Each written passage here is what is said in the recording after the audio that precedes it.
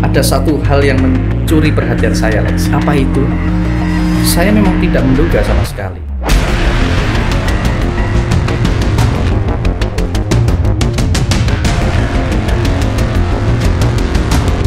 Kepala Bea Cukai Makassar, Andi Pramono, ditetapkan sebagai tersangka oleh Komisi Pemberantasan Korupsi terkait kasus penerimaan gratifikasi.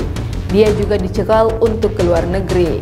Tersangka memiliki sejumlah aset berupa tanah, bangunan, 4 motor, dan 9 mobil dengan total kekayaan mencapai 13,7 miliar rupiah.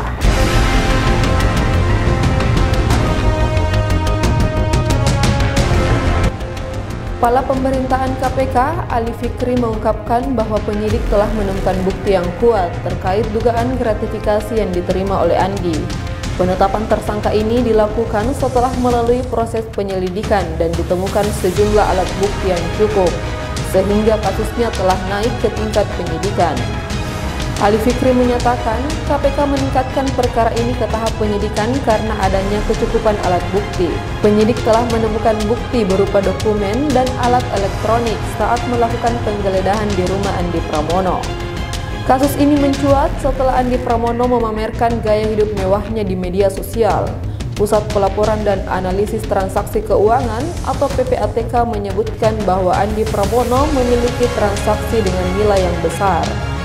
Andi telah menjalani klarifikasi dengan KPK dan enggan memberikan keterangan lebih lanjut terkait laporan transaksi dari PPATK.